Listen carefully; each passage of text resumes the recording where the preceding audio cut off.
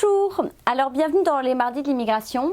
Cette semaine, j'aimerais parler avec vous d'une question qui m'est extrêmement souvent posée.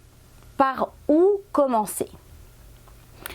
Alors il y a deux façons de voir les choses. Il y a la façon dont Valérie en parle par rapport à la mise en place de vos visas, quel visa choisir, quel est votre projet en fait. Et puis il y a aussi une autre façon qui est la façon, je dirais, moins légale entre guillemets, plus posée à plat en fait, son projet. Par où commencer déjà?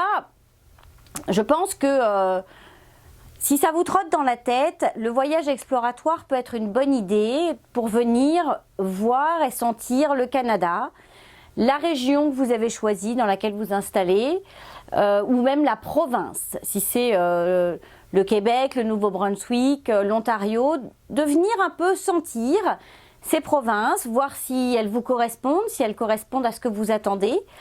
Et à partir de là, lorsque vous avez fait ce voyage, il peut y en avoir même plusieurs, mais en tous les cas, une fois que vous avez fait ce premier voyage, où je vous dirais, le mieux c'est peut-être de ne pas avoir trop une attitude de touriste, c'est vraiment d'avoir une attitude, vous vous imaginez vivre dans la fameuse province, vivre dans la ville dans laquelle vous êtes allé, puis vous dites, est-ce que je pourrais vivre là? Donc ça, je pense que c'est déjà une première étape. Puis si vraiment ce pays vous attire, vous y êtes bien, alors il y a plusieurs façons de faire, hein, il n'y a pas que des façons uniques. Il y a des personnes qui, du jour au lendemain, décident en 15 jours, 3 semaines, tout est lancé. Et puis, en fonction du visa choisi, on va dire qu'entre 3 mois et 3 ans, elles arrivent et s'installent au Canada. Et puis, il y a des personnes pour qui le processus va être plus long, va prendre plus de temps. Vous avez certainement vu dans les émissions précédentes, il y a l'histoire notamment de Béatrice, pour qui ce projet a mis 10 ans. 10 ans parce que entre-temps, elle a eu un enfant, parce qu'elle avait d'autres choses à préparer. Et voilà, c'était son rythme à elle avant d'arriver au Canada. Donc, c'est vraiment quelque chose qui vous appartient. Maintenant, je dirais que une fois que vous êtes certain de vouloir venir vivre au Canada, ou en tous les cas, même si ça vous trotte dans la tête, étant donné le temps que peut prendre une résidence permanente, si jamais vous décidez d'immigrer sous le sceau de la résidence permanente, donc soit l'entrée express si c'est le Canada hors Québec, soit mon projet Québec si c'est le Québec. Je vous dirais, si c'est vraiment la résidence permanente que vous cherchez, prenez votre temps. Même si c'est juste une simple idée qui vous trotte dans la tête comme ça pendant quelques années, préparez-le maintenant. Parce que dans 2 ans, dans 3 ans, quand ça tombera, parce que peut-être que ça tombera, ben, ça risque d'être trop tard en fait si vous vous y mettez à ce moment-là. Parce que vous serez dans un processus de changement, vous aurez envie de partir tout de suite, et puis il faudra à nouveau réattendre un délai de 2-3 ans. Alors que si vous le faites maintenant, en prenant votre temps, en vous disant bah, de toute façon j'ai 3 ans, sans trop vous poser de questions, en vous disant bah voilà, de toute façon je vais continuer ma vie telle qu'elle est avec le travail que j'ai et puis bah voilà, si ça marche tant mieux, je serai ravie, puis si ça marche pas, bah, je verrai comment je peux faire autrement et comment les choses se mettent en place. Voilà, vous voulez vraiment venir avec une résidence permanente, faites-le maintenant. Faites-le maintenant parce que ça prend du temps, ça prend vraiment entre 2 et 3 ans. Donc au total, hein, entre le moment où vous obtenez votre CSQ et le moment où vous allez réellement arriver. Donc si c'est juste une simple idée qui vous trotte dans la tête, voilà, je vous dirais ça. Maintenant, donc pour répondre à la question par où commencer. Donc par où commencer, voyage exploratoire. Ensuite, je dirais, posez votre projet. Prenez un papier, un crayon, et vous pouvez le faire seul avant, sans forcément le faire dans le couple.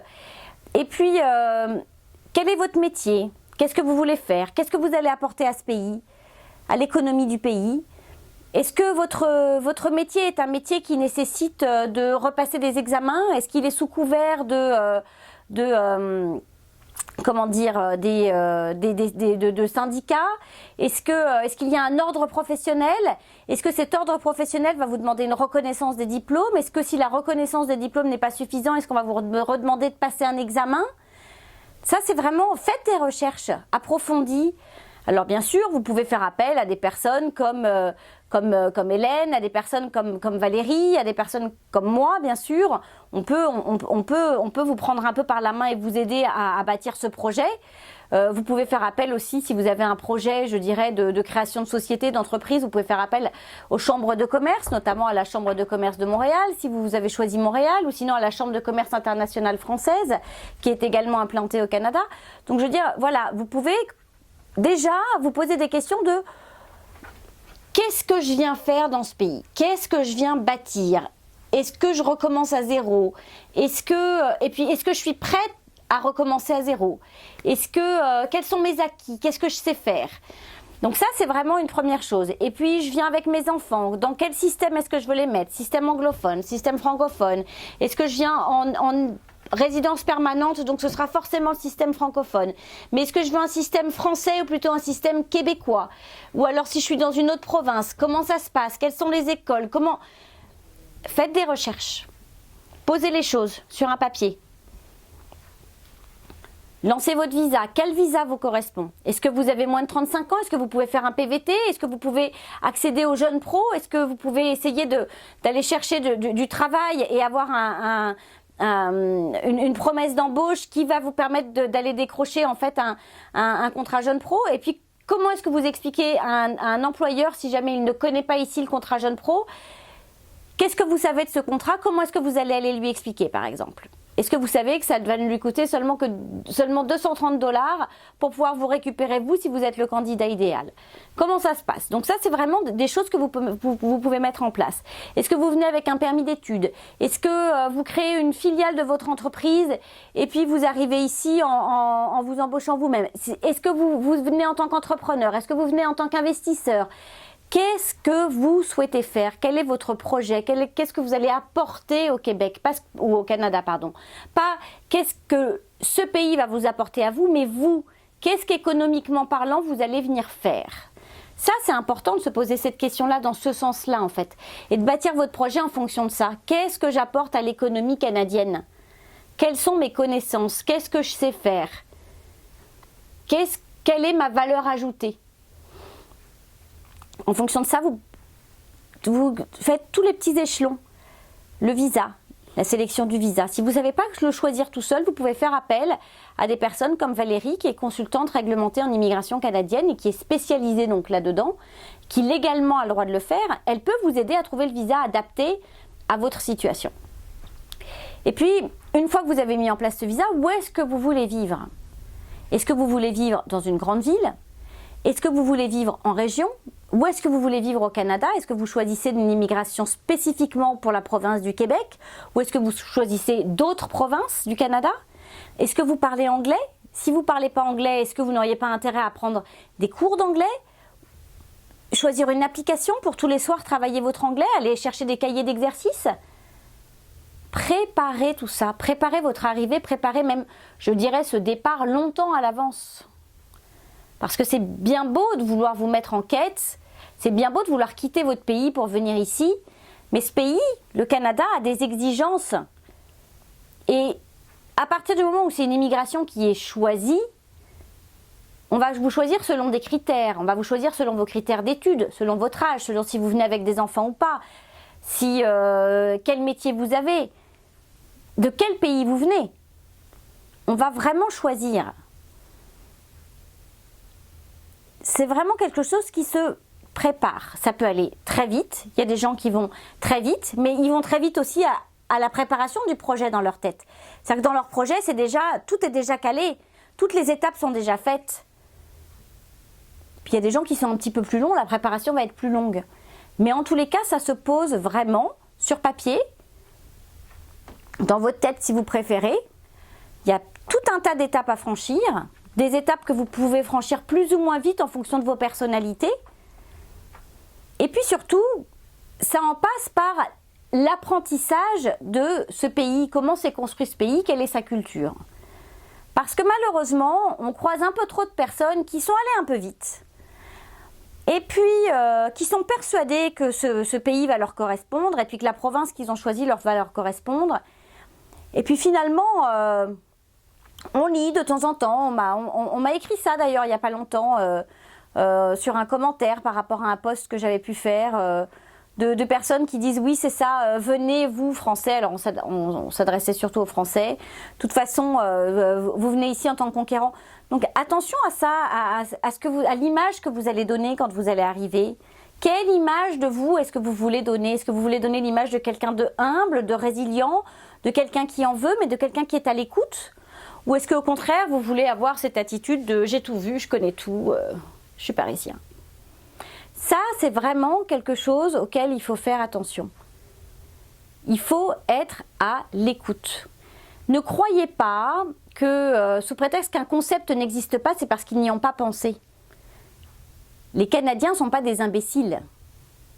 Les Canadiens lancent des business, lancent des affaires, excusez-moi les Québécois, en fonction des études de marché qu'ils ont réalisées et en fonction du comportement des gens. S'il n'y en a pas, c'est pas qu'ils n'y ont pas pensé. S'il n'y en a pas, c'est qu'a priori ça ne marchera pas. Ça, c'est important à le savoir. On n'est pas dans un pays avec des imbéciles. On est dans un pays avec des gens qui voyagent, qui ont une ouverture sur le monde incroyable, un multiculturalisme qu'on ne connaît, enfin que moi je ne connais nulle part ailleurs. Donc je veux dire, si ça n'existe pas, posez-vous les bonnes questions. Vous voulez lancer un business ici? Faites des études de marché. N'arrivez pas comme ça en terrain conquis. Ça, c'est vraiment important.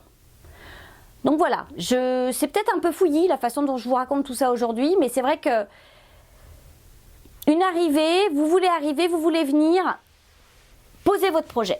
Vous pouvez le faire très rapidement, il y a des gens qui arrivent très rapidement, mais posez votre projet. Et la question majeure, je vous la repose, qu'est-ce que vous apportez à l'économie du Canada?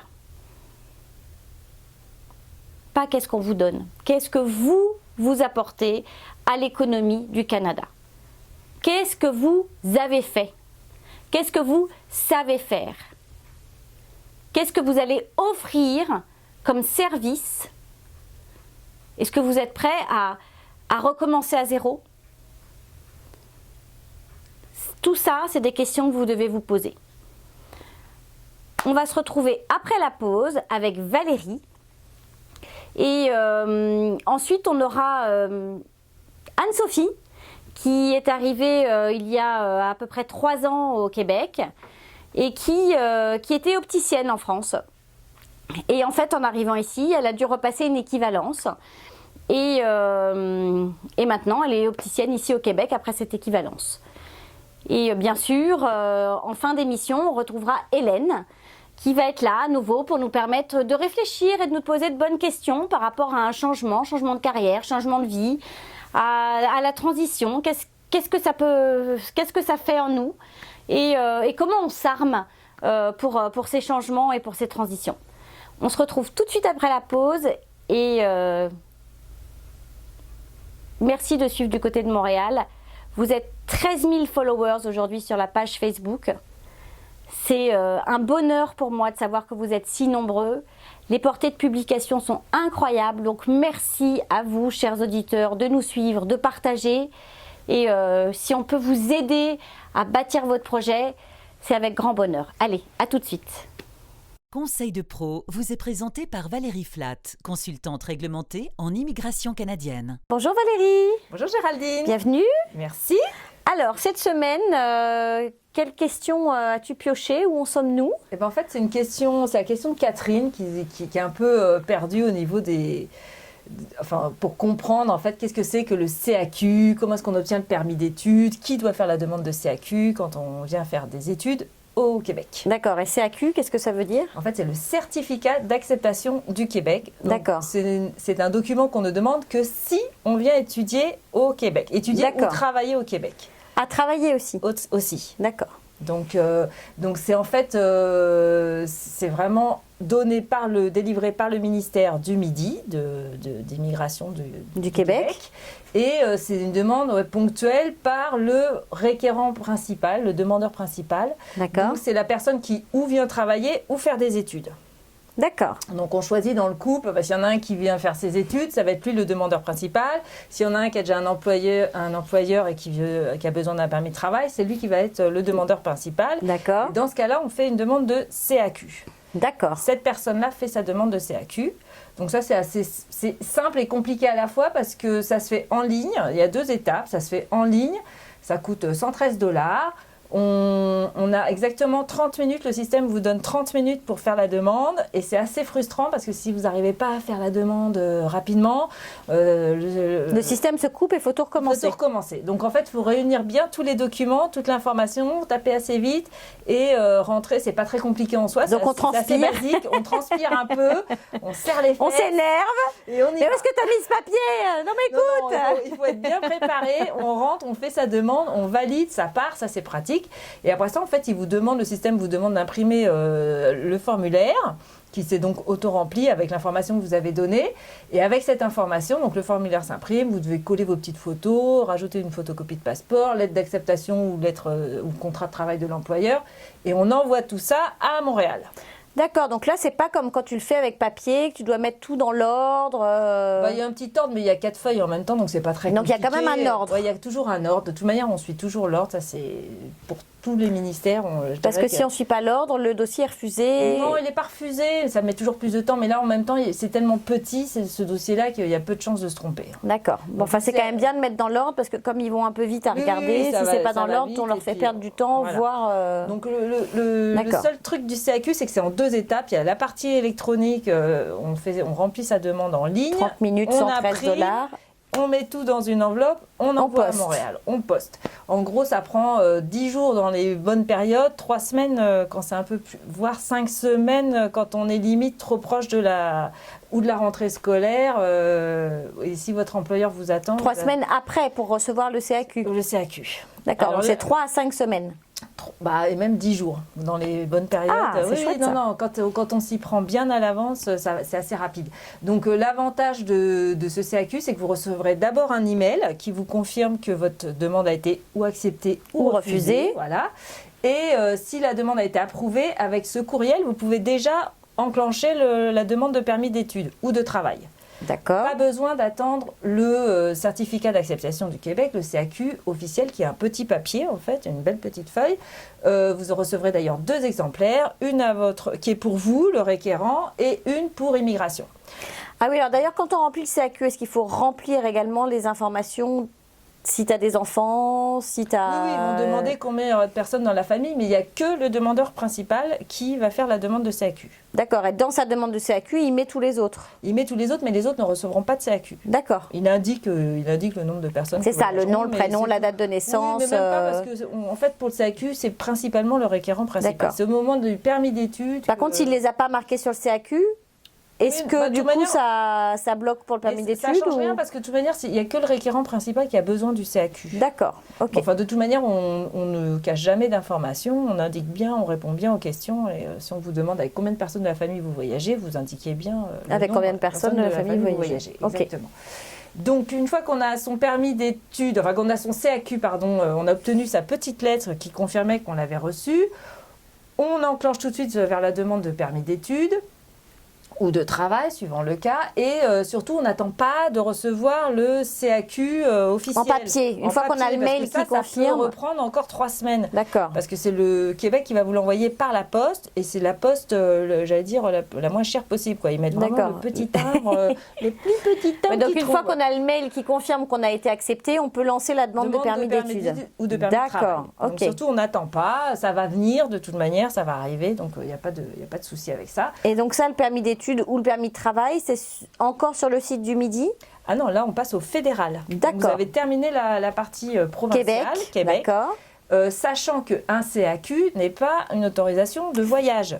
Ah non, complètement. Ou de séjour. On est d'accord que le CAQ en lui-même, ça ne vous permet pas de sauter dans un avion et d'arriver vous installer. C'est ça. Il faut encore la partie fédérale. Voilà, il faut encore la partie fédérale. Donc, on enclenche la partie fédérale avec son petit numéro de CAQ. On est content. Sur le site du fédéral. Du gouvernement du Canada. cic.gc.ca. D'accord. Donc une fois que, suivant qu'on part pour des études ou pour du travail, le demandeur principal fait sa demande de permis d'études. Toujours en ligne? Toujours en ligne. Et là, en ligne, l'avantage, c'est qu'on peut tout de suite faire la demande des autres permis pour le reste de la famille en même temps. On fait sous la même demande, j'allais dire, les demandes de toutes les personnes. D'accord. On ne s'amuse pas à créer un dossier par personne parce que sinon les demandes ne vont pas être associées et l'agent il va un peu s'en mêler les pinceaux à essayer de retrouver tout le monde dans le système. Là, on commence avec une demande, on dit est-ce que vous voulez faire une demande pour un autre membre de la famille? Oui. Et on continue. Alors on continue tout de suite avec son conjoint qui va avoir un permis de travail ouvert. Sans CAQ, tout ce qui est les autres membres de la famille n'ont pas besoin de CAQ. Il n'y a qu'un seul CAQ pour celui qui travaille ou celui qui étude. Principal, exactement. Et après ça, donc le conjoint a droit seulement à un permis de travail ouvert ou en tant que visiteur. Il a le choix, mais bon, autant profiter du permis de travail ouvert, qui sera valide pour la même durée que le permis d'études ou de travail du conjoint. Et ça coûte combien? Alors, les permis d'études coûtent $150, les permis de travail ouverts coûtent $255. D'accord. D'accord. Donc, le conjoint demande son permis de travail ouvert et les enfants, moi je vous conseille, même les enfants, si les enfants ne sont pas en âge d'être scolarisés, de demander des permis d'études. Pourquoi? Parce qu'au moins ils auront une fiche de visiteur, je veux dire un permis pour la même validité que vos études ou votre emploi de travail. Alors que s'ils se présentent comme visiteurs, parce que l'opération simple, ça serait de dire, bah oui, mais bon, je vais payer pour un AVE. Ils viennent comme visiteurs, vous pouvez le faire s'ils ont moins de 6 ans, mais à l'arrivée, l'agent, il va peut-être pas être aussi sympathique qu'on voudrait, c'est-à-dire qu'il va peut-être oublier de leur faire une fiche de visiteur qui serait valide pour la même validité que les parents. Oui, c'est ça. Et du coup, tous les 6 mois, vous allez devoir demander des prorogations. Et les prorogations, c'est $100 à chaque fois. Donc moi, je dis, il vaut mieux payer les $150 tout de suite. De permis de visiteur? De permis d'études pour les enfants. Déjà parce que comme ça, si à un moment ils rentrent en âge d'être scolarisés, ils ont déjà leur permis d'études. C'est ça. Et en plus, vous êtes couvert pour toute la période. Vous n'auriez pas le doute de savoir est-ce que l'enfant est hors statut, est-ce qu'il faut que je refasse une extension. Il y en a plein qui tombent dans ce schéma-là et c'est compliqué après. Et attention quand vous passez les douanes, je vais vous raconter une petite histoire personnelle, mais qui m'est arrivée personnellement, donc c'est un cas réel. C'est-à-dire que nous sommes arrivés à la douane, on nous a bien fait le permis d'études pour mon conjoint, et puis on m'a expliqué que j'avais droit à un permis de travail ouvert, très bien, merci, ils ont vu qu'il y avait les enfants, ils savaient que les enfants allaient étudier puisque c'était quand même 15, 14... donc ils étaient en âge d'être scolarisés. 10 et 12 ou 10 et 11, mais tu n'avais pas fait la demande de permis d'études? Si, on avait tout fait, etc. Sauf qu'il n'a fait que le permis d'études de Jérôme, donc de mon conjoint, de mon mari. On est parti, puis quand on est arrivé à la banque, ils nous ont demandé forcément notre permis et notre visa. Donc moi, j'ouvre mon passeport, et on me dit mais c'est pas ça du tout, il me faut le papier, il faut le permis. Oui, le permis. Et donc on est retourné à l'aéroport. À l'aéroport, on nous a dit non, vous faites le tour du poteau, vous sortez du pays, vous revenez, sachant qu'on était arrivé depuis 3 jours à Montréal, et qui s'était trompé à l'aéroport, à la douane. Oui. Donc on est sorti du pays, on est allé à Burlington, on a mangé un bon sandwich au homard ou au crabe, je ne sais plus. Près du lac, les enfants se sont baignés, on est rentrés. Et effectivement, à ce moment-là, on m'a fait mon permis de travail ouvert, j'ai payé mes $255, j'ai payé les $150 par enfant pour les 4 enfants. Vous n'avez pas fait la demande avant, parce que normalement, quand on fait la demande avant, tout est payé d'avance, quoi. Écoute, c'est mon avocate qui s'en est occupée. On était bien partout, hein. Il y a eu un hic, mais bon, c'est pas grave. Donc, pourtant, il m'a bien dit éloigné. Hein. Ouais, vous savez que vous avez votre permis de travail ouvert, ok. Sauf qu'il m'a rien donné. Alors, est-ce qu'il aurait fallu que je lui dise, je le veux bien? Non, parce que normalement, tout est payé d'avance, tout est fait. Moi, si vous faites ce que je vous dis, il n'y aura pas ce problème-là. En tous les cas, voilà, moi, j'étais pas dans les... Je connaissais pas Valérie à l'époque. Donc, vérifiez bien qu'on vous donne tous vos papiers à la douane quand même. Non, vous faites votre demande de permis d'études, vous payez tout. Donc, vous faites votre demande de permis d'études ou de travail en ligne. Ça, c'est tout en ligne. Vous n'avez pas besoin de vous déplacer, à moins qu'on vous appelle pour une entrevue, si jamais il y a entrevue. Mais, ou alors, si jamais vous passez par quelqu'un qui, comme moi, m'avait fait un truc papier... Et donc, c'est pour ça que j'ai dû me déplacer. Peut-être. Et du coup, non, c'est tout en ligne, il n'y a aucun déplacement à se faire. Vous payez votre demande de permis d'études, de permis de travail ouvert et permis d'études pour les enfants. Et surtout, vous attendez la décision finale qui peut prendre, alors ça c'est toujours pareil. Mais ça veut si dire qu'une fois qu'on a payé, si jamais on est refusé, c'est payé. Ah oui, c'est perdu. Mais de toute manière, toutes les démarches, à partir du moment où il y a un frais associé à une démarche, quelle qu'elle soit, c'est non remboursable et la décision peut être positive ou négative. D'accord. Ok, donc c'est de l'argent, c'est sûr. Le CAQ, c'est 113 $ que vous allez perdre ou pas, suivant. C'est ça. C'est pas parce que vous avez le CAQ que le fédéral va vous accepter. Ah non, non plus. C'est pas du tout. C'est bon signe. Quand même, normalement, c'est bon signe. Mais ça ne veut rien dire. D'ailleurs, les permis d'études, c'est très dur. Hein. Je vous cache pas que c'est pas. C'est de moins en moins facile. Ouais, c'est ça. C'est pas parce qu'on a obtenu. Parce que je dirais que le CAQ, c'est quand même 100% de chance de réussite à l'examen.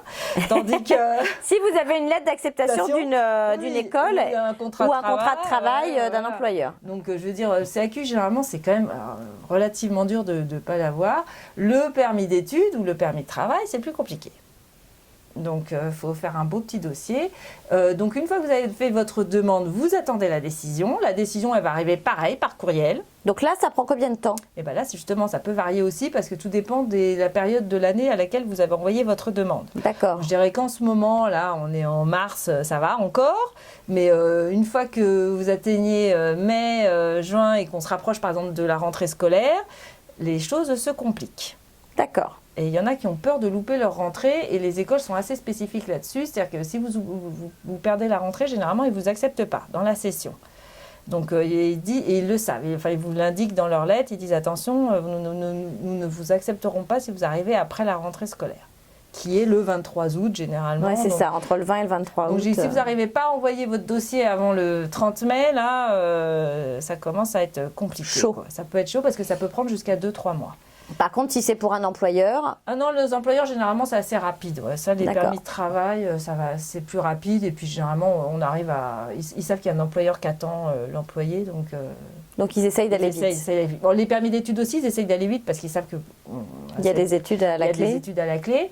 Et puis, que c'est un business quand même pour le Canada. Donc, non, ils essayent quand même de remplir toutes les demandes et d'essayer de les traiter le plus vite possible. Mais on ne sait jamais. Donc, moi, je dirais essayons de faire les choses sans stress. En plus, ça vous permet d'arriver un petit peu avant la rentrée, pas le jour J. Voilà. Et puis même pour avoir la lettre d'acceptation de l'établissement, il y a des dates d'inscription limites. Oui, de toute manière, je crois qu'après le 15 mars ou après le 30 mars ou quelque chose comme ça, il n'y a plus possibilité de s'inscrire. Ouais. En tous les cas, pour la session qui commence en août, si c'est une session en janvier, vous avez à nouveau du délai.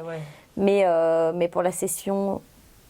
d'automne. Oui, d'automne. D'automne, c'est ça. Donc c'est en août, mais c'est automne. Il faut s'inscrire maintenant. Quoi. Ouais, non, ça, et jusqu'au 31 mars. Jusqu'au 31 mars et puis recevoir sa lettre. Et puis après ça, du coup, on a 3 mois pour faire les demandes. Donc ça donne un peu de temps. Normalement, ça va. Donc vous recevez votre lettre qui dit que vous avez été accepté votre permis d'études est accepté. Génial. Cette lettre, c'est écrit en gros en bas, n'est pas un document de voyage non plus. Alors, elle inclut votre AVE. Généralement, ils incluent l'AVE. Vérifiez que c'est soit bien écrit. Mais alors que pour le requérant principal. Ah ben non, chaque personne... Eh ben nous, on l'a pas eu. Non mais toi on va plus te parler de ton cas parce que je sais ce qui s'est passé, c'est une erreur. Donc d'accord. Nous, alors on est vraiment plantés, on s'est fait avoir. Pourtant j'ai payé cher, alors ne vous faites pas arnaquer comme moi, s'il vous plaît. Non, et je vous recommande Valérie. Non, chaque personne reçoit sa petite lettre avec son numéro de permis, son AVE, tout est bon, tout est propre. Donc on arrive, on prend son avion, on part avec le CAQ pour le demandeur principal et chaque personne avec sa petite feuille qui dit que le permis d'études ou de travail est accepté. Et avec ça, on se présente à l'aéroport. En France, côté France, ça, ils vous laisse partir. Et côté Canada, du coup, vous voyez un agent. Et l'agent, un deuxième agent, hein. Bah oui, parce que vous passez la première ligne, il vous dit « Ouh là là, vous, c'est compliqué, il y a des choses à faire. » Bureau d'immigration. Vous allez directement en deuxième ligne. C'est ça. Pas de stress, là, comme vous avez tous vos petits papiers en main, ça va très bien se passer. Ils sont même heureux de vous accueillir. On n'oublie pas l'assurance. On n'oublie pas les assurances. Alors, si vous êtes français, il y a des accords entre la France et le Canada, généralement pour le demandeur principal seulement. Donc, vérifiez parce que la famille qui accompagne n'est pas forcément couverte. Les enfants peuvent, si le parent, généralement travail, c'est encore un autre cas de figure. parce que généralement les employeurs prennent en charge toute la famille, mais pour l'étudiant, malheureusement, c'est l'étudiant, parfois ses enfants, mais le conjoint, non. Donc vérifiez tout ça avant de partir, parce que sinon, il va falloir que vous preniez vos assurances. Et vous assurez que tout le monde est bien couvert avant d'arriver. Donc je sais plus où j'en étais. Donc On arrive à la douane, donc vous deuxième passez en ligne de deuxième douane. ligne. Et là, en deuxième ligne, bah là, l'agent va vous imprimer, en fait, enfin, là, à ce moment-là, vous allez obtenir vos permis d'études. Là, vous obtenez vos permis d'études et de travail respectifs. Chacun le sien qui sera attaché dans votre passeport et on n'y touche plus. Mais ce sont ces petits papiers couleur jaunâtre, marronâtre, là. Oui, c'est bien écrit, un peu épais. Permis de travail, avec les conditions imposées pour si vous pouvez travailler, pas travailler, moi, j'ai avec qui, pas le droit de travailler dans le domaine du sexe. Bah non, ça c'est interdit. Quelle tristesse, franchement. Voilà. Écoute, Donc, moi qui pensais faire carrière. Et bah non, ça on ne peut pas. Et les enfants, c'est écrit qu'ils peuvent travailler seulement pendant les vacances. Enfin, ils peuvent travailler 20 heures semaine ou pendant les vacances. Les vacances scolaires. Donc voilà, enfin c'est bien écrit. L'agent généralement vous explique tout. Vous avez la validité du permis qui est valide, donc elle s'associe au permis du demandeur principal. Donc, s'il vient étudier 3 ans, tout le monde va avoir un permis de 3 ans. S'il vient étudier 1 an, tout le monde va avoir un permis d'1 an. D'accord. Voilà, donc tout le monde est associé au demandeur principal. Et c'est lui qui donne en fait la validité finale pour tout le monde. Bon. Et c'est comme ça que ça se passe. Et normalement, ça pose pas de problème. Il n'y a pas de visite à faire. Alors, sauf si vous voulez travailler pour les enfants. Conjoint. Alors, non, pour les enfants, non. Mais je dis si le conjoint il veut travailler dans le milieu hospitalier, médical ou scolaire, il faut passer une visite médicale. C'est ça. Parce que comme ça, votre permis ne sera pas, il n'y aura pas de restriction. Vous aurez justement l'autorisation de travailler dans ce genre de métier. Et ça, il faut le faire à quel moment Alors, il faut le faire avant de passer ou au même avant moment. de déposer le permis. Mais je dirais avant de passer le permis. D'accord. Et puis, il y a un lien dans le site qui vous dit, vous tapez dans le moteur de recherche du site de CIC examen médical, et puis ils vont vous donner la liste des médecins.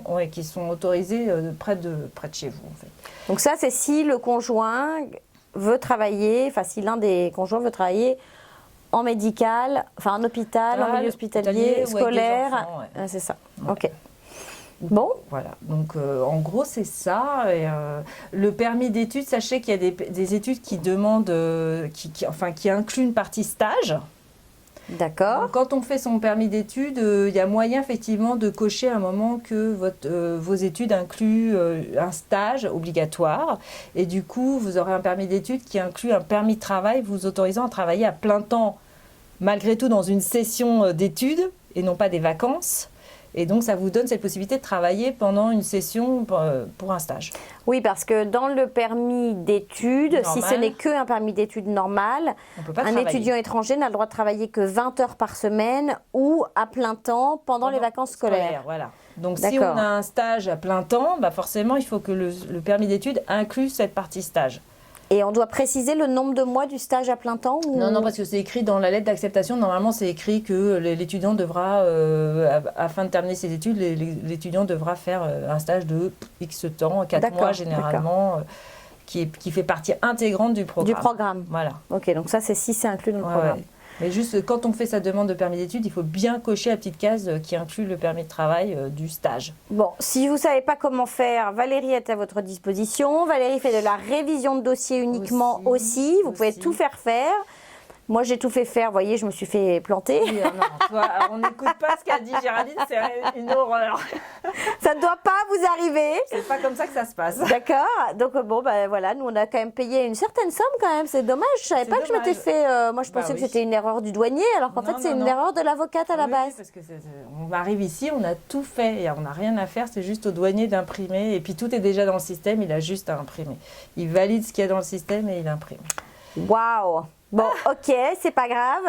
J'apprends au bout de presque 3 ans que je me suis fait planter alors que j'ai payé je sais pas combien de frais d'avocat. Merci Valérie. C'est pas grave, on est là pour ça. Mais bon, je suis là quand même.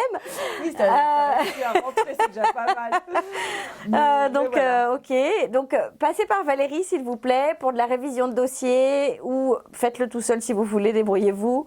Mais voilà, si vous voulez vraiment faire appel à un professionnel... Je pense que voilà, je vous ai trouvé la bonne. Mais en tout cas, on stresse pas en soi. C'est relatif. Il faut être ordonné, quoi. C'est toujours ordonné et puis suivre bien les instructions. Pas mal de lecture, mais. Oui, beaucoup de lecture, beaucoup de temps. Et puis donc, pour le CAQ, c'est 30 minutes en ligne. Donc, on a tout préparé en avance. Hein. Voilà. Et on sue, vous allez vous engueuler avec votre conjoint. C'est normal. Il n'y en a qu'un à faire en même temps, donc on se concentre. On se concentre 30 minutes. Donc, voilà. Écoutez, on se retrouve la semaine prochaine. Voilà. Merci. Et puis, pour nous, on se retrouve tout de suite après la pause. La parole est à vous, vous est présenté par Du Côté de Montréal, partenaire de votre immigration. Bonjour Anne-Sophie. Bonjour Géraldine. Alors, on va parler aujourd'hui de cette immigration.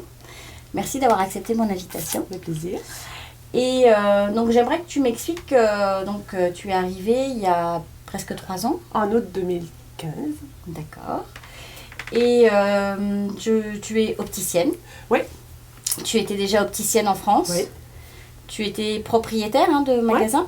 Oui. Et est-ce que c'est facile de redevenir opticienne ici? Est-ce que on le devient immédiatement? Comment ça se passe? Non, c'est pas automatique. C'est pas très compliqué non plus. Alors, c'est ce qu'on appelle une équivalence. Donc, on retourne faire un peu d'études. D'accord. Donc, on repart. Bon, c'est bien, ça se fait facilement quand même. Ça prend 2 mois à peu près. On suit des cours, on fait des exercices. Et puis, on passe un diplôme.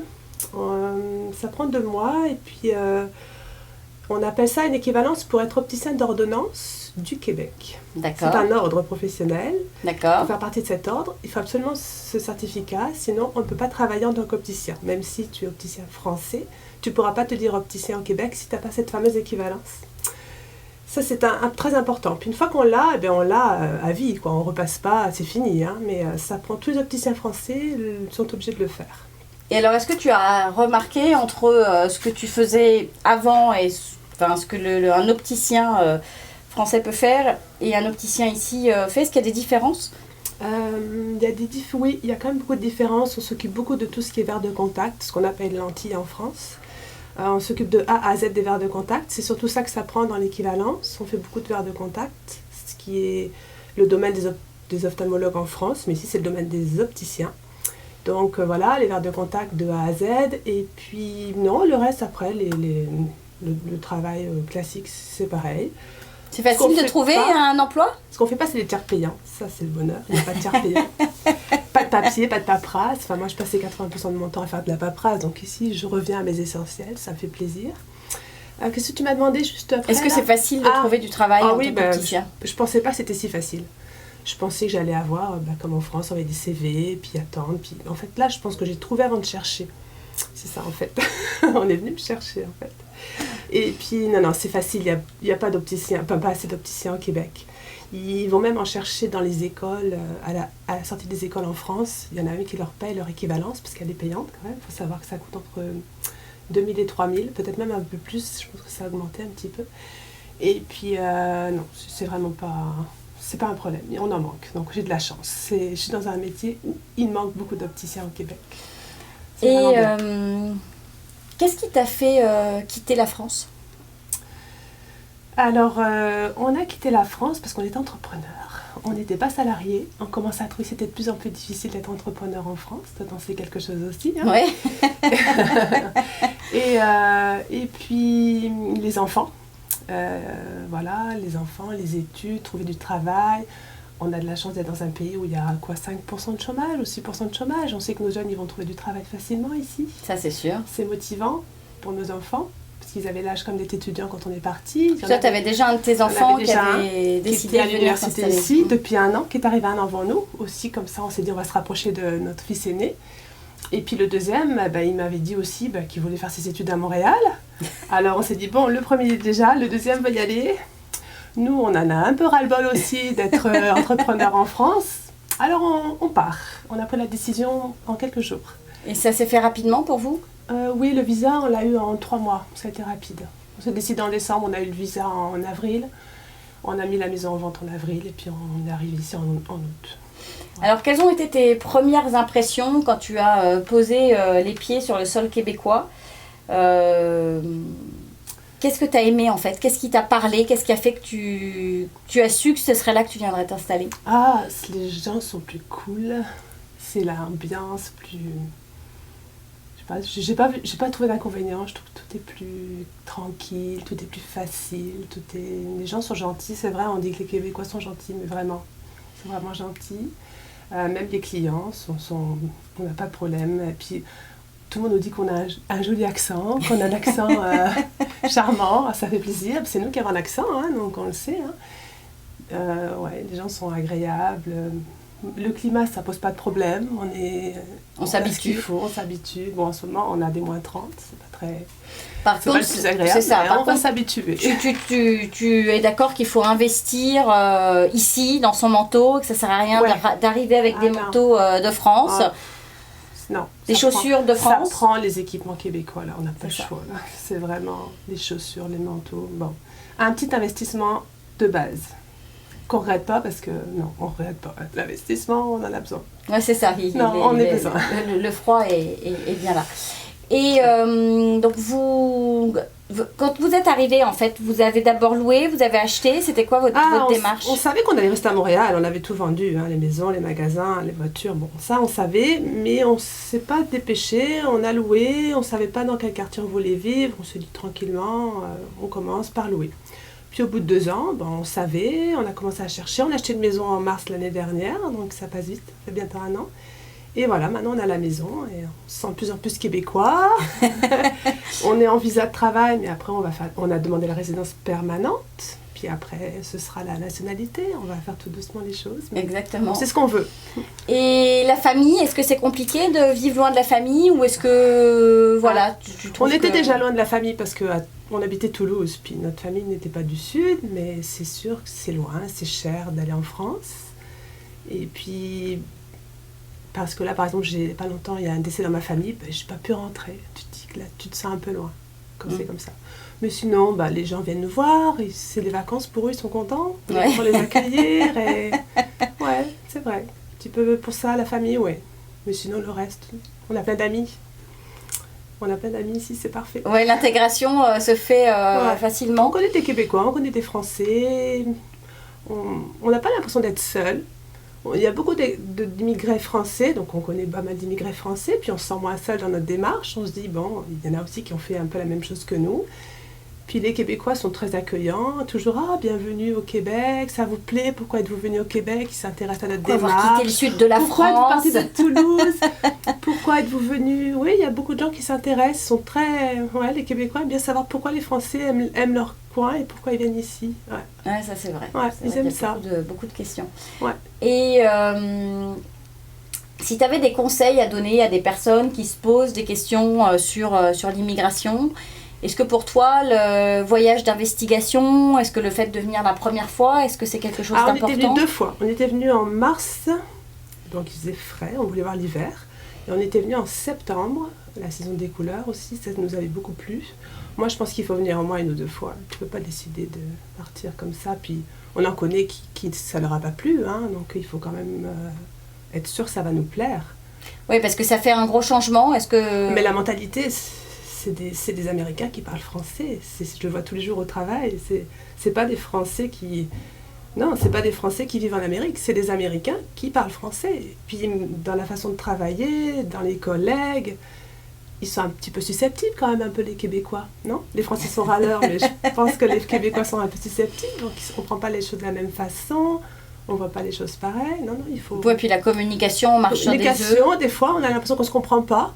On aimerait bien se faire comprendre, puis on a l'impression qu'ils ne nous comprennent pas, ou de côté. On s'est dit, mince, je me suis mal pris, comment je pourrais faire Il y a le code québécois qui est bien pour ça. Tu sais, le livre, le code québécois. Tu l'as pas là? Oui, voilà, celui-là, là, est super. Même dans le commerce, moi, ça m'a appris beaucoup de choses pour apprendre à comprendre mieux, à communiquer. Oui, c'est très intéressant. C'était un bon truc, ça.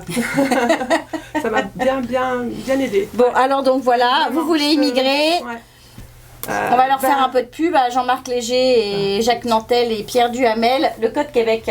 Mais ce sont des Québécois qui parlent d'eux-mêmes. Ouais. Tu peux le relire de temps en temps pour te rappeler des choses parce que tu peux pas tout intégrer. Il y a quand même beaucoup d'idées. Il y a beaucoup d'idées. Il n'est pas très gros, mais il y a écrit beaucoup de choses. C'est très intéressant. C'est ça, les 7 différences qui font que nous sommes un peuple unique au monde.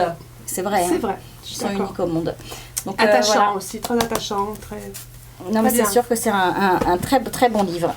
Et donc, pour toi, l'installation facile. Bah, j'ai eu de la chance. Dans mon travail, j'ai eu de la chance de trouver facilement.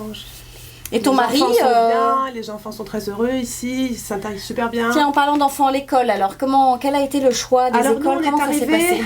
école, mon deuxième, il était en seconde en France, donc il a resté sa première et sa terminale, on ne voulait pas trop le changer, donc on l'a laissé dans l'école privée française, qui s'appelait le Marie de France. Ça s'est bien passé, il a intégré l'université là, en septembre. Ouais, Tu sens une différence dans son intégration à l'université ou Oui, comment l'université, ça les responsabilise beaucoup. Il faut qu'ils soient assez mûrs. Autonome. Oui, puis je pense aussi que l'université ici, ça aide les jeunes. On sent qu'ils sont là pour les aider à réussir. Il me le dit souvent, hein, Mathis, oh là là, ça n'a rien à voir. On sent qu'on est...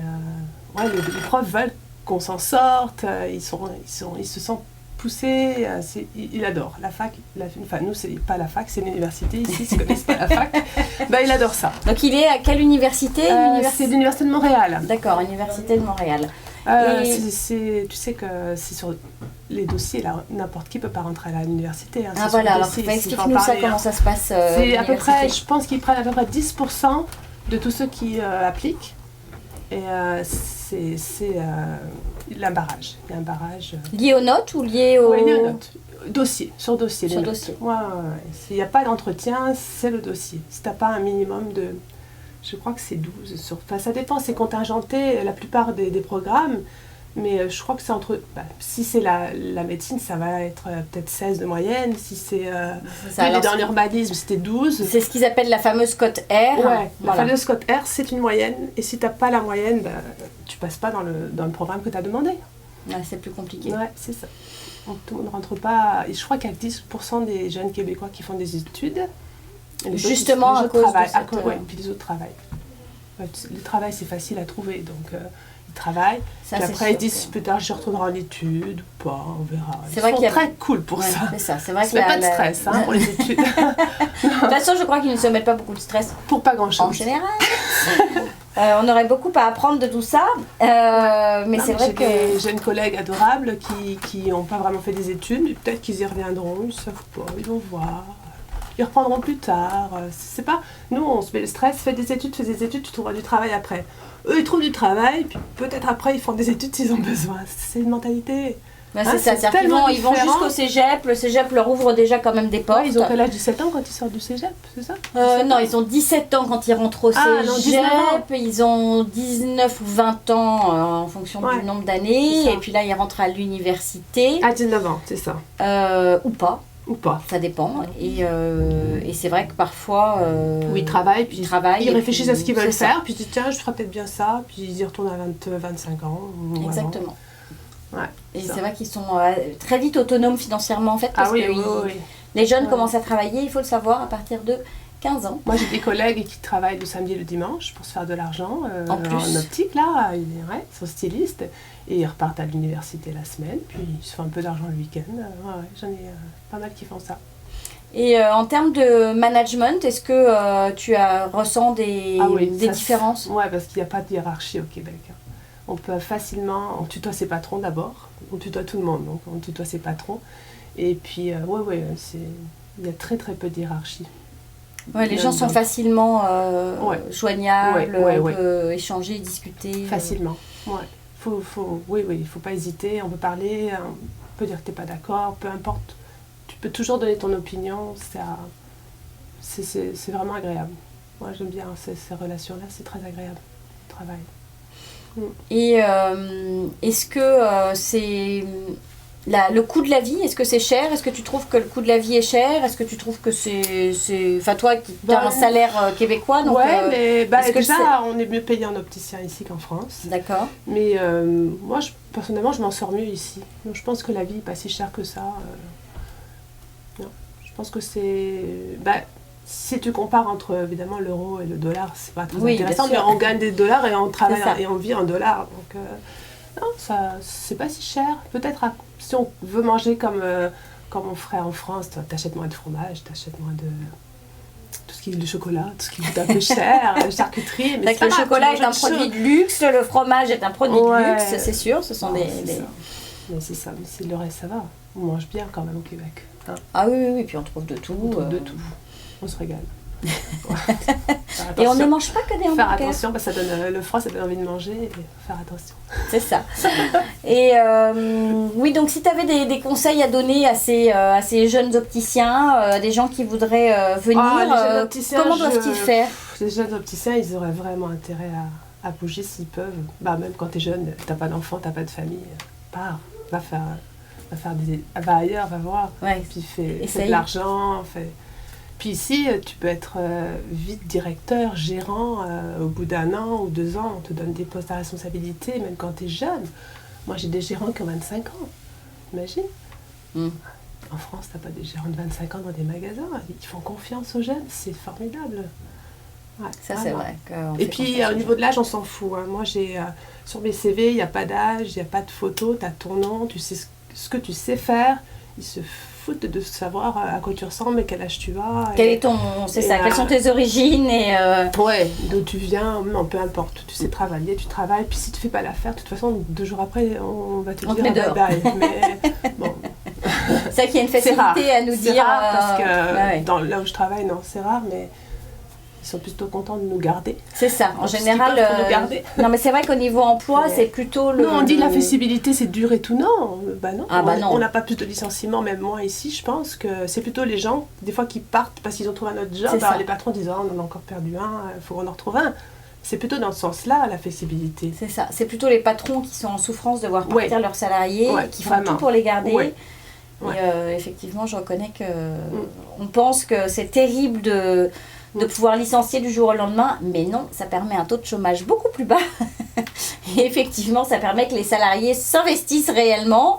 Ouais. Et si t'es pas bien, tu changes de travail. Hein. Tu vas pas Exactement. rester à un endroit où t'es pas bien, faire une dépression. Non, t'es pas bien, tu changes. Non, puis un bon salarié, on le garde. Et un bon salarié, on le garde. Donc c'est ça. voilà, quelqu'un qui travaille bien, on le garde et on n'a pas envie de je crois que lorsque tu as quitté ta première entreprise, ils étaient un peu déçus. Hein, c'est ça. Mais moi, je voulais évoluer et puis ça m'a permis de faire d'autres choses. Ben, c'est ça, bien. c'est ça. Ouais.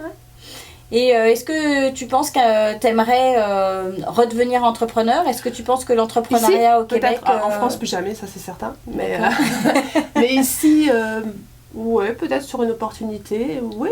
En plus, en étant entrepreneur ici, tu as moins de taxes, c'est beaucoup plus intéressant. Donc oui, ça devrait être très intéressant, mais j'ai pas encore trouvé l'opportunité, mais peut-être un jour. Peut-être un jour, c'est quelque chose auquel tu songerais à nouveau. Ouais, pourquoi pas. Pourquoi pas, si je trouve une bonne opportunité, ça peut se faire. Ouais, parce que l'inconvénient des salaires ici, enfin des salariés, il y en a quand même un, c'est les congés payés. Ah oui, parlons des congés payés alors. Comment ça se passe ici? Eh ben, c'est pour tout le monde 2 semaines. Donc quand tu arrives de France, tu es à ton compte, tu en prends tant que tu veux. Bon, 2 semaines de congés payés et aussi souvent 2 semaines non payées. Tu peux prendre sans solde, donc tu peux prendre. Mais c'est vrai que c'est juste 2 semaines de congés payés pour la plupart. Hein. Puis les Québécois, ils prennent leurs 2 semaines, puis très peu plus. Hein. Et généralement, je crois qu'au bout de 5 ans d'ancienneté, ils te rajoutent 1 semaine dans la plupart des entreprises. Donc si tu as fait 10 ans au même endroit, peut-être à 4 semaines. Mais si, comme souvent, ils changent souvent de job, ils restent à 2 semaines. C'est ça. Ouais, c'est ça un petit peu ça le... C'est vrai qu'on pense un petit peu moins en vacances et un petit peu plus au travail. Mais vu qu'au travail, on est un petit peu plus cool et plus zen, j'ai l'impression qu'on est moins stressé, puis tu as moins besoin de vacances. Enfin, j'ai l'impression que c'est... Enfin, moi, ça ne manque pas tant que ça. Ouais, c'est ça. Est-ce que les horaires sont compliqués ou est-ce que c'est... Dans les commerces, la plupart du temps, c'est ouvert tout le temps. Donc, on fait un dimanche de temps en temps. Mais c'est pas grave, on fait des roulements, on est nombreux. C'est vrai qu'on est nombreux. Comme les taxes ne sont pas très importantes, les patrons embauchent beaucoup. Donc il y a beaucoup de salariés, ce qui permet de tourner et que ce ne soit pas toujours les mêmes qui travaillent le dimanche. Puis tu ne fais pas toi toute seule le job de 2 personnes, que tu n'es pas speedé et stressé, tu as le temps de faire ton travail, on est nombreux pour le faire, c'est bien fait, on veut du service. Donc comme on veut du service, il faut qu'il y ait du monde pour faire du service. Donc on n'est pas serré, stressé, on a l'impression qu'on a le temps de faire notre travail. Ça, c'est agréable. L'ambiance est super au travail. Donc si vous voulez des belles lunettes comme moi, j'en ai même une autre paire. Oui. Que vous ne verrez peut-être pas parce que tu les mettras peut-être une Voilà, il va peut-être falloir que je change les verres. Si vous voulez des belles paires de lunettes, bah, vous allez voir Anne-Sophie. Ouais. Et, mais donc voilà. Et donc si tu es une famille qui souhaite immigrer, est-ce que c'est facile d'immigrer en famille, d'arriver avec tout le monde? Est-ce que moralement, alors pas ton fils aîné qui était arrivé avant vous, mais est-ce que le deuxième a eu le sentiment de perdre des amis? Est-ce que c'est quelque chose de compliqué? Il avait quoi, 17 ans, 16 ans? Il avait 16 ans quand on est arrivé. Peut-être au début, il s'est dit, bon, il va peut-être perdre des choses, mais même au bout de 3 mois, je lui ai demandé, alors ça te dirait de revenir en France? Ah non, surtout pas, c'est beaucoup mieux le Québec, il a gagné en indépendance.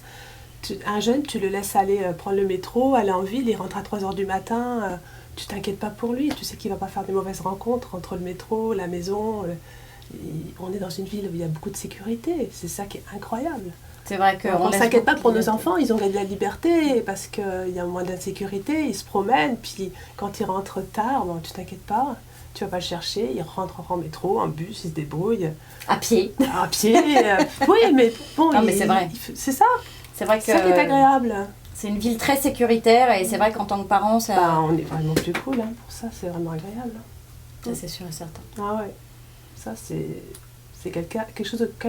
Enfin, je trouve que ça n'a pas de prix, ça. Puis c'est vraiment bien. Non, mais c'est vrai que ça n'a pas de prix, c'est vrai que c'est très agréable et c'est sûr que... On ne reviendra pas en arrière pour ça. Non, moi je le vois, j'ai deux jeunes filles adolescentes, 2 grands garçons, mais moi j'ai même 2 garçons, même les 2 jeunes filles, et je réalise que ce sera facile de les laisser sortir et ce sera facile de les laisser aller. Tu ne les laisserais pas sortir comme ça si tu étais restée en France. Non, elle prendrait... Non, c'est clair. C'est facile, je les emmènerais et puis je retournerais les chercher à 2-3 heures du matin. Et c'est ce que je faisais avec mes garçons. Voilà, mais c'est sûr que... Ça, c'est bien agréable. Non, c'est ça, et, la qualité de la vie. C'est ça, qualité de vie bien douce. Et si tu as des conseils à donner, un petit mot de la fin, en conclusion, mis à part le fait d'essayer, tenter votre chance. Oui. Mais est-ce que ça se prépare quand même? Sinon, on n'a pas tellement préparé. On a pris notre décision. Tout le monde a dit, mais vous n'avez pas un peu trop vite pris votre décision, vous avez bien réfléchi. Mais à quoi ça sert? Enfin, dans le fond, tu as beau réfléchir. Si tu ne te lances pas, tu n'y vas jamais. Et puis, on a sorti notre zone de confort, on n'a pas pris des risques énormes non plus, parce que financièrement, on avait vendu la maison, on n'allait pas comme ça, sans rien, tu n'émigres pas sans argent quand même, il faut un minimum. Il faut quand même un petit bagage. Oui, mais... À moins de ne pas avoir d'enfants. Puis bon, tout le monde parle français ici, donc on savait qu'on partait pas non plus dans un pays où on aurait du mal à se faire comprendre, c'est ça qui est facile. Je pense que si vraiment on en a envie, si tout le monde a envie, si on n'oblige personne à partir, c'est un choix. C'était un choix de famille, nous c'était vraiment ça. Il n'y a pas de raison que ça se passe pas bien dans le fond. Et qu'est-ce qui fait que ça pourrait ne pas convenir à certains? Je sais pas, parce qu'on en connaît quelques-uns qui ça n'a pas convenu. Peut-être la mentalité, peut-être des gens qui comparent trop. Il ne faut pas comparer à ce qu'on a perdu en France, parce que souvent ceux qui se plaisent pas, c'est parce qu'ils disent ouais mais en France on avait ça, en France on avait ci. Non, t'es parti, tu peux pas avoir la même chose. Donc tu vois, notre famille, quand ils viennent, souvent ils disent ah ici c'est comme ça, mais en France c'est comme ça. Mais nous on a fini, on fait plus ça, on compare plus. Je pense que c'est ça qui fait aussi qu'on est bien, parce qu'on est dans la mentalité, on a lâché on a lâché, puis on était prêt à pas comparer. Je pense que c'est ça qu'il faut faire. Il faut pas comparer.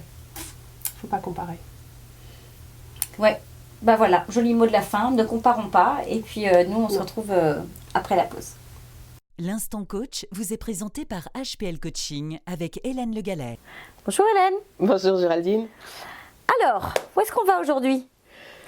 Où est-ce qu'on va aujourd'hui ? Bien aujourd'hui, on va continuer à bouger, à changer, dans la transformation, à se poser des questions sur son projet d'immigration éventuellement ou de changement de vie professionnelle.